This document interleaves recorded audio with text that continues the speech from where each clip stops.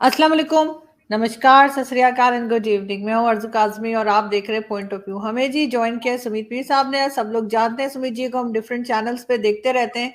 और आज सुमित जी के चेहरे की रौनक बता रही है कि कोई अच्छी न्यूज़ है आपके पास। और जाहिर है वो चाइनीज प्रेसिडेंट को लेकर है और कहा यही जा रहा है कि हाउस अरेस्ट कर दिया गया है और 60% फ्लाइट्स भी कैंसिल हो गई हैं चाइना से।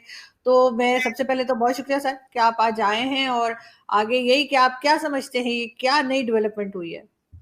आरजू जी, शो में बुलाने के लिए धन्यवाद, आभार। देखिए, ये जो आज विषय है बड़ा इम्पोर्टेंट विषय है, क्योंकि ये चीजें काफी दिन से पक रही थी, काफी चीजें से ये पतीला उबर रहा था। मतलब अब बस दूध पतीले से बाहर गिरा, ये आप मान लीजिए। क्योंकि आरजू जी, हो क्या रहा था, अगर आपको आप हमारे पुराने शो याद हो या एक साल हम्म। डेढ़ साल से मैं कह रहा हूँ ये चीजें संभावना हो सकती है। ये आपके चैनल पे और भी चैनलों पर, मैं नेशनल टीवी पे कह रहा हूँ, this is a very strong possibility. आज के डेट में neither we you and me can confirm this, neither we can kind of say कि हाँ ये 100% है। बट हम ये जरूर कर सकते हैं, जो चीजें सामने आ रही है इनको देखते हुए एक एनालिसिस कर सकते हैं। भाई इसकी प्रोबेबिलिटी क्या है, इसकी पॉसिबिलिटी क्या है। ये बिल्कुल ऐसी चीज है कि भाई उठा के डस्टबिन में डाल दो, मतलब इसमें कोई दम नहीं है, कोई वक़्त नहीं हम्म। है। देखिए आरज़ू जी, 5-6 चीज़ें, 8-10 चीज़ें मैं सीक्वेंस में बताऊँगा आपको ये क्या हो रही थी। देखिए, चाइना की इकोनॉमी 2019 से हिल रही थी, 2019 से हिल रही थी। फिर पीसीएओबी एक्ट जो डोनाल्ड ट्रम्प ने लाया, जो हमने पहले भी बात की, उसने चाइना की इकोनॉमी की कमर तोड़ दी, क्योंकि जितनी भी चाइनीज़ कंपनियाँ यूएस में लिस्टेड थी, उन सबको डिलिस्ट कर लिया गया। इसका trillions of dollars of impact था चाइनीज़ इकोनॉमी पे। इस पे मैंने गार्डियन पे आर्टिकल भी लिखा था और मैंने अपने पोर्टल में 2019 में लिखा था मार्च में, China is the biggest threat to world peace. बाद में क्या हुआ, जब ये इकोनॉमी चाइना की स्लो डाउन होने लगा, इन्होंने क्या कर दिया कि इनका कैश बंद हो गया, इन्होंने वायरस छोड़ दिया। वायरस से क्या हो गया कि दुनिया की इकोनॉमीज में स्लो डाउन हो गया, ताकि ये अलग ना रहे, ये रेस से निकले ना, हम स्लो हो रहे, सबको स्लो कर दिया इन्होंने।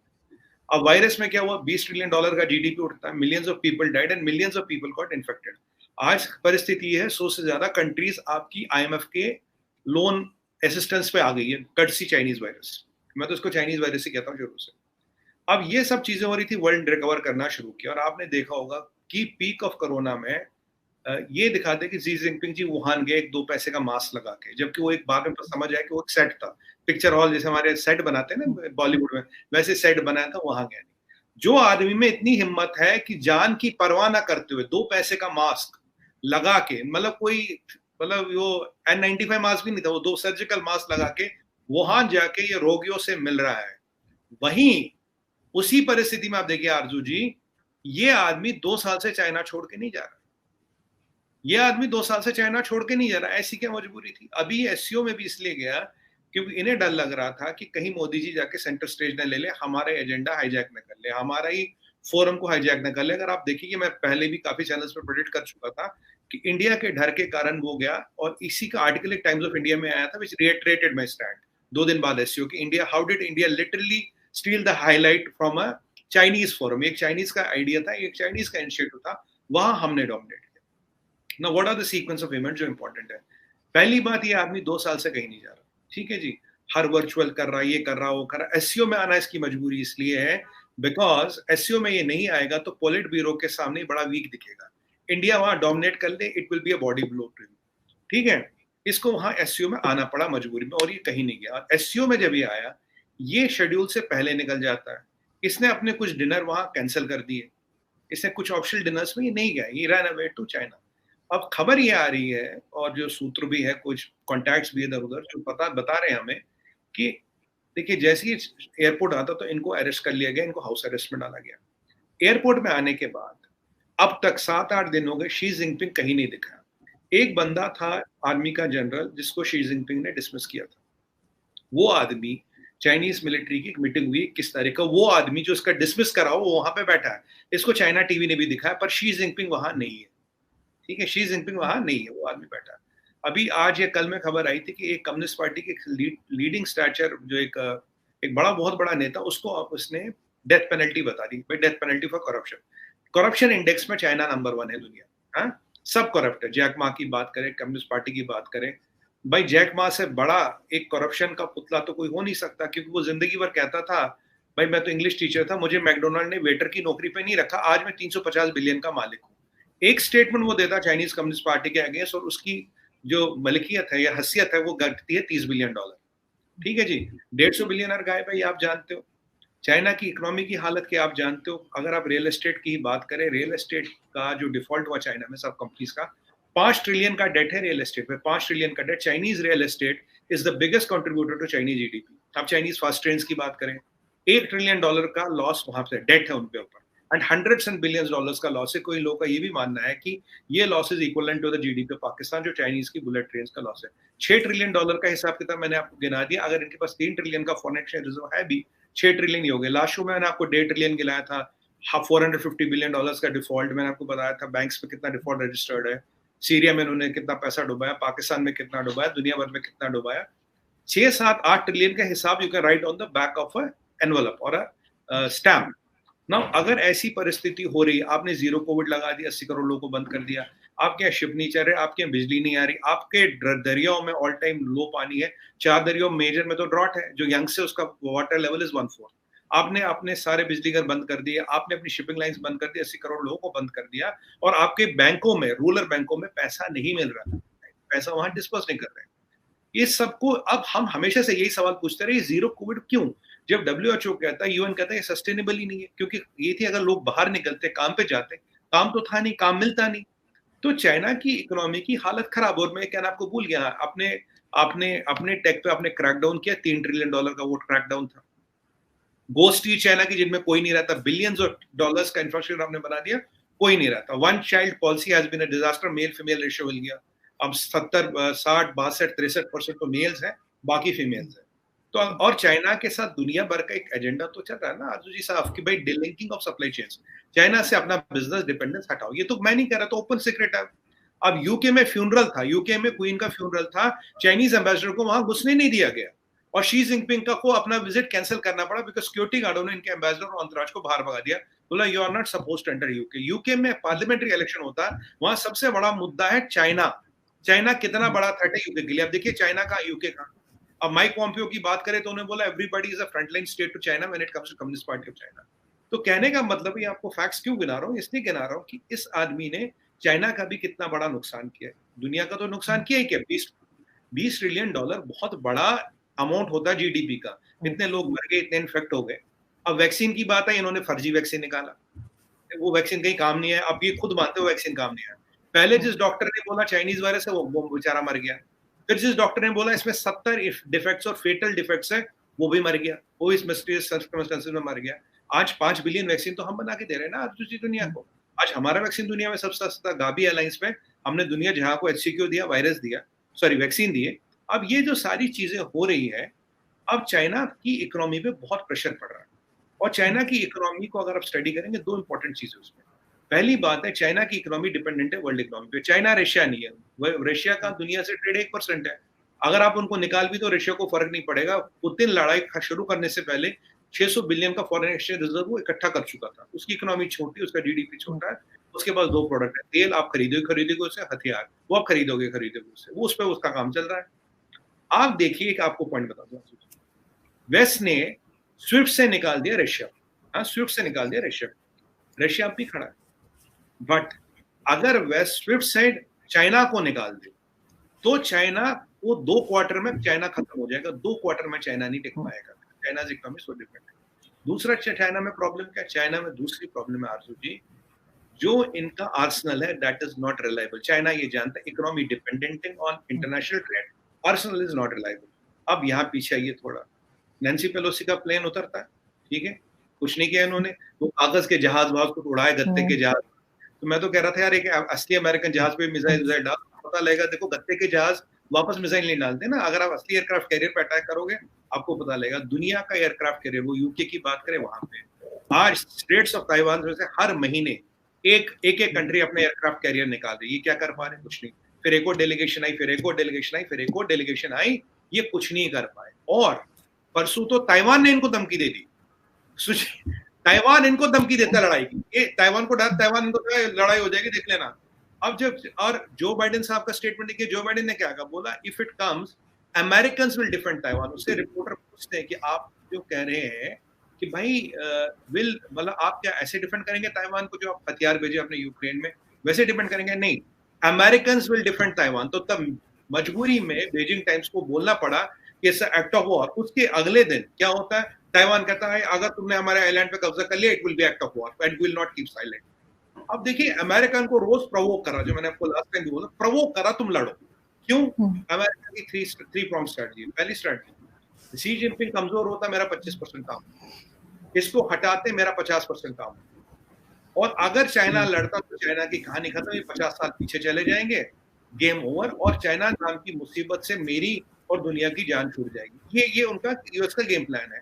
और ये भी कहना गलत नहीं होगा, ताइवान के जो एक्सटर्नल अफेयर्स मिनिस्टर, उनका राइट हैंड वुमन जो है, she went to US 8 days back, 8 दिन वो यूएस में के 8 दिन पहले वो यूएस से आती है।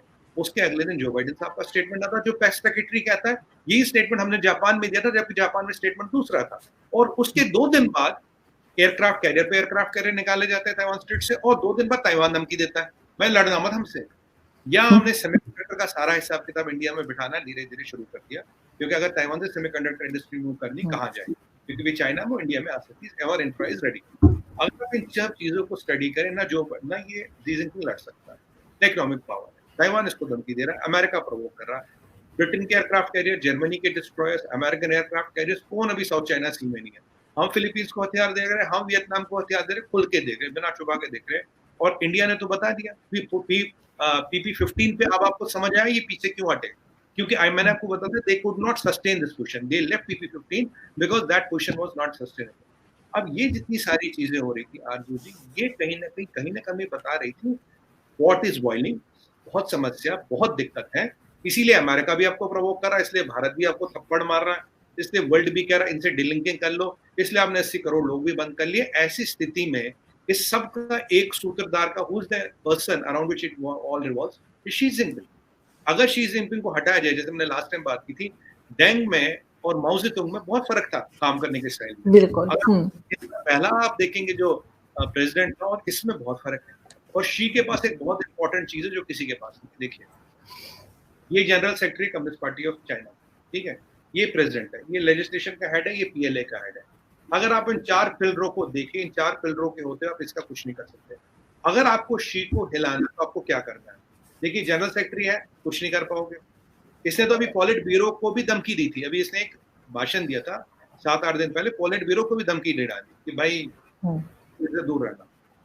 आप लेजिस्लेशन से इसे हटाओगे, नहीं हटेगा। आप इसको, ये प्रेसिडेंट तो है ही है, प्रेसिडेंट से हटा नहीं सकते।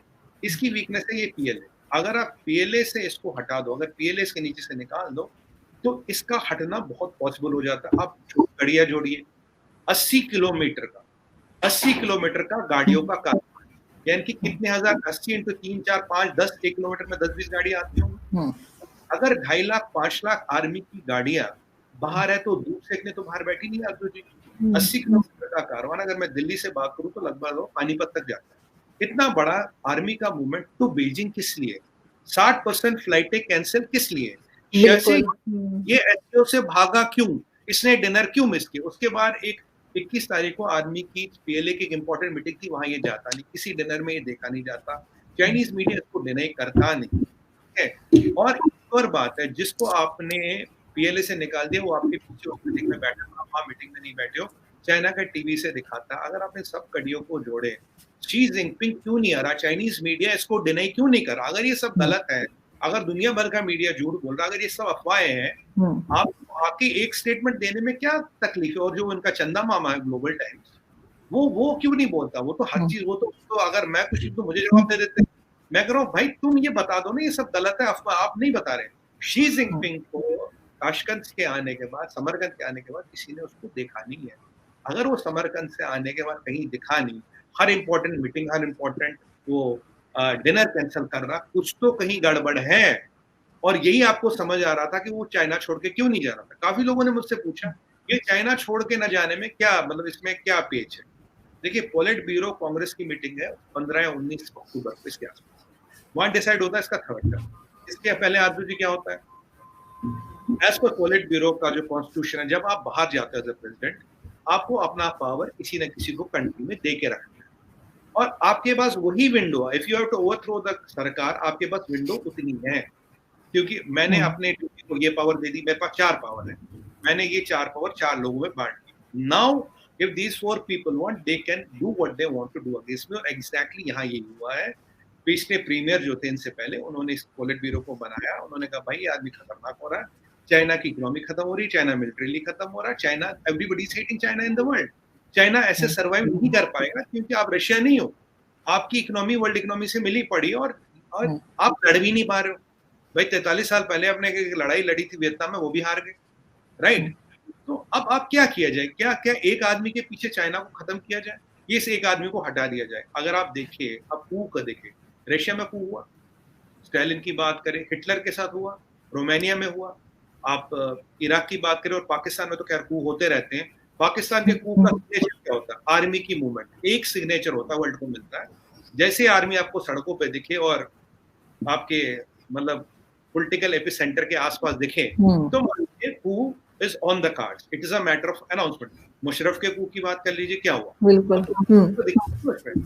लेकिन सुमीत जी, एक चीज ऐड करना चाहूंगी कि ये सब कुछ जो हुआ है चाइना में, इससे भारत को कोई फायदा होगा आपके ख्याल से? कि जैसे आप लोगों का कुछ ना कुछ टेंशन बनी होती है चाइना के साथ, तो इसके हट जाने से या इसके चले जाने से शी जिनपिंग के, आपको लग रहा है कि कोई कोई भारत को कोई किसी किस्म का बेनिफिट होता है? देखिए आरजू जी, ये आपने अच्छा सवाल पूछा। मैं आपको याद दिलाऊं कि हमारे रक्षा मंत्री थे स्वर्गीय जॉर्ज फर्नांडिस साहब, उन्होंने एक बार बोला था, बोला Pakistan is not a threat, threat is China. लोग तब उन पे हंसते थे। मैं 3-4 साल पहले आर्टिकल लिखता था, China is the threat to world peace, लोग मुझ पे भी हंसते थे, अरे क्या यार चाइना क्या है ये, ऐसे थोड़ी होता है। आज देखिए ये सच्चाई दुनिया के सामने आ गई, और देखिए दुनिया का कोई पॉलिटिशियन, कोई मीडिया उस पर कोई टिप्पणी नहीं कर रहा, सब चुपचाप बैठे। पता सबको होगा, मेरे से ज्यादा पता होगा, ये भी आपको बताओ, मेरे से ज्यादा पता होगा। मैंने भी इधर उधर जितने मेरे कॉन्टैक्ट्स है इधर उधर दाएं बाएं, मैंने भी पता किया, तो ऐसा बहुत है कि कुछ ना कुछ हो रहा है। There is no smoke without fire. Quantum of fire कम ज्यादा हो सकता है आरजू जी, पर अगर धुआं है तो आग कहीं ना कहीं तो लगी है। अब कितनी ज्यादा लगी, कितनी कम लगी, हो सकता है कि जो विरोधी खेमा जिसने को किया, कल को जी जिनपिंग उन पर डोमिनेट होकर उनको खत्म कर दे, या हो सकता है वो कैंप इनको खत्म कर दे। ये एक सब्जेक्ट मैटर है। देखिए हम गवर्नमेंट को तो रिप्रेजेंट करते नहीं, ना आप ना मैं, और हम क्या है कि हम एक परिस्थिति पे एनालिसिस कर रहे हैं, इज दिस अ पॉसिबिलिटी और नॉट। हाँ ये पॉसिबिलिटी है, बहुत स्ट्रॉन्ग पॉसिबिलिटी, बहुत टाइम से pot was boiling. Now coming back to your question, what is the advantage to India? Advantage to India नहीं, एडवांटेज टू वर्ल्ड है। It is advantage to the China, it is advantage to the world, क्योंकि ये आदमी ऐसा है जो कहता है मुझे दुनिया पे कब्जा करना, मैं दुनिया का बादशाह, मैं दुनिया का शहनशाह हूं। ये आदमी भूल जाता है, पोलिट ब्यूरो ने, कम्युनिस्ट पार्टी ऑफ चाइना ने एक बंदा आपको जनरल सेक्रेटरी अपॉइंट किया। आप बादशाह सलामत के बेटे नहीं हो कि आपके पिताजी बादशाह थे तो भाई मैं भी बादशाह हूं, आप वो नहीं हो।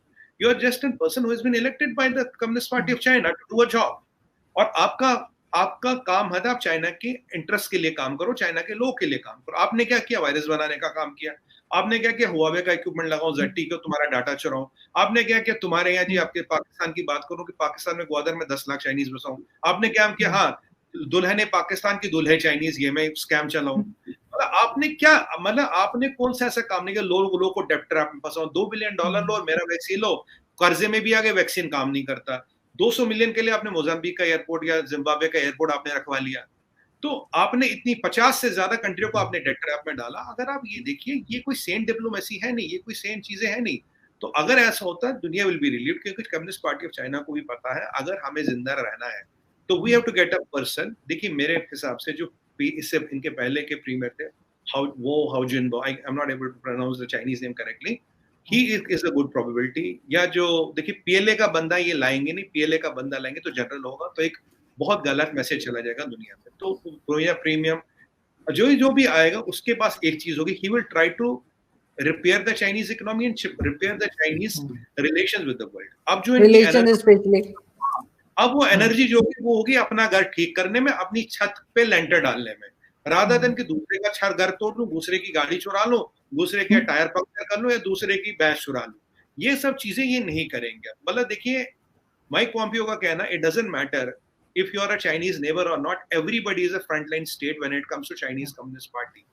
अब ये जो ये Xi Jinping दिख नहीं रहे, जिनको इन्होंने सजा दी है वो दिख रहे हैं, मिलिट्री का मीटिंग, मिलिट्री के ये डिनर मिस कर रहे हैं, हाउस अरेस्ट की बात हो रही है, चाइनीज मीडिया में कोई डिनाइल नहीं है, 60% फ्लाइटें हो रही है, 80 किलोमीटर लंबे कारवां चल रहे हैं। क्यों चल रहे हैं?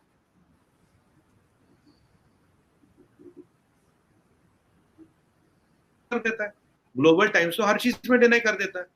ग्लोबल टाइम्स डिनाई क्यों नहीं कर रहा? Why global times is not denying it? आप क्यों नहीं डिनाई कर रहे? इतनी क्योंकि आरजू जी इसके 3 इम्पैक्ट है। पहला इम्पैक्ट है इसका political impact. Politically you will say there is a turmoil in China और डिक्टेटर को ओवरथ्रो किया गया। देखिए मीडिया इसको ऐसे देखती है। तो मतलब हम डिक्टेटर हम कहते दुनिया नहीं मानती, पर आज ओवरथ्रो तो डिक्टेटर को किया जाता है मिलिट्री को में, पहली बात। दूसरी बात, जैसे ये खबर आएगी जो चाइनीज कंपनीज के शेयर्स हैं दुनिया भर के स्टॉक एक्सचेंज में, they will take a nose down. तीसरी बात आएगी जो चाइना का जो एक मतलब एक हम जीडीपी की बात करें, एक ओवरऑल स्टैचर की बात करें, that will lose trillions of dollars. चौथी बात आएगी खुल के कि China is not a stable place to do business. इसीलिए इस चीज को दबाया जा रहा है, इस चीज को नहीं छुपाया जा रहा। अगर आप देखें लास्ट टाइम भी जब माओ की डेथ हुई थी या कुछ भी होता, चाइना ने बताया नहीं था। जब तक सब लीडर बीजिंग आते हैं, जब सब कुछ अपना सेटिंग कर लेते हैं, तब ये बताते हैं। आज मजे की बात ये बहुत बड़ा जियो पोलिटिकल डेवलपमेंट है इंडिया के लिए। तो बेटर देखिए, इंडिया के लिए Pakistan is not a threat today, Pakistan only is nuisance. Threat comes from China, but we are managing that. But अगर ये थ्रेट न्यूट्रलाइज होता, आप भी खुश, हम भी खुश, दुनिया भी खुश। दुनिया भर की एनर्जीज लगेंगी दुनिया को बनाने के लिए, एक और दुनिया को खड़ा करने के लिए। जितना हमने लॉस किया उस पर इस आदमी के होते हुए ये ना आपको काम करने देगा, ना मेरे को देगा, ना किसी और को देगा। इसकी नजर अमेरिका पे भी उतनी है, इसकी नजर चिली पे भी उतनी है, उसकी नजर श्रीलंका पे भी है, और इसकी नजर इंडिया पे भी है, पाकिस्तान पे भी है, ब्रुनेई पे भी है, और वहां में जाओ मडागास्कर पे भी उसकी उतनी नजर है। तो इसके रडार में हर कोई है। और इनके दद्दी को तो खैर सपना आता है, दद्दी को सपना है ये जगह मेरी है, तो भाई ये तो मेरी है। तो it will be a very welcome step because the world will become more stable. We hope and pray कि ये सच हो, क्योंकि चाइना को भी अब अपनी इमेज सुधारनी पड़ेगी। चाइना को भी अपना जो कार्यक्रम है वो गेन करना पड़ेगा। बट चाइना को ये आदमी काफी लॉस कर चुका है। अगर ये सच है आरजू जी, तो चाइना 20 साल पीछे चला गया। नहीं भी सच है तो चाइना 10 साल पीछे चला गया। बिकॉज ये जो चीजें वर्ल्ड मीडिया में आई है, तो एक पॉसिबिलिटी बनी, एक प्रोबेबिलिटी बनी है। Now, what is the, अगर मैं आपसे पूछूं what is the economic and political outlook of China, बोलोगे it's not stable। सीधी सी बात है, it's not stable। बिल्कुल। हमारी आपकी तरह तो है नहीं, न्यूज़ें बाहर आती, किसी को कुछ पता लगता नहीं। तो ये चीज हो रही है, बहुत इंपॉर्टेंट जियो पोलिटिकल डेवलपमेंट है। और एक हमारे यहाँ तो कहते हैं ना आरजू जी, कर्मा कम्स बैक। जो आपका कर्मा होता है, you can not run away from Karma, Karma comes back. अगर आप ये वायरस बनाओगे, लोगों को इन्फेक्ट करोगे, दुनिया भर के लोगों के आपने रोजी रोटी छीन ली, उनके घर में लिटरली ताले लग गए हैं, तो कहीं ना कहीं ये कुदरत ऊपर बैठी है जो हर चीज देखती है, और उनका एक तरीका होता है हिसाब किताब पूरा करने का। बिल्कुल आप ठीक कह रहे हैं। और कहीं ना कहीं जाके मेरे ख्याल है 1 या 2 दिन के अंदर अंदर जो है एकदम क्लियर भी हो जाएगी बात। और लग यही रहा है कि जिस तरह की न्यूज चल रही है, असल में यही बात है। हाउस अरेस्ट कर दिया गया है और साथ साथ बाकी न्यूज भी चल रही है, लेकिन कंफर्मेशन शायद 1 या 2 दिन में हमें वो भी मिल जाएगी। और शायद ये बेहतर होगा, शायद ये पूरी दुनिया के लिए ही बेहतर होगा कि इनको हटा दिया जाए और इनकी जगह किसी दूसरे को लाया जाए। Thank you so much Sumit ji कि आज आपने ज्वाइन किया। बहुत शुक्रिया। Thank you.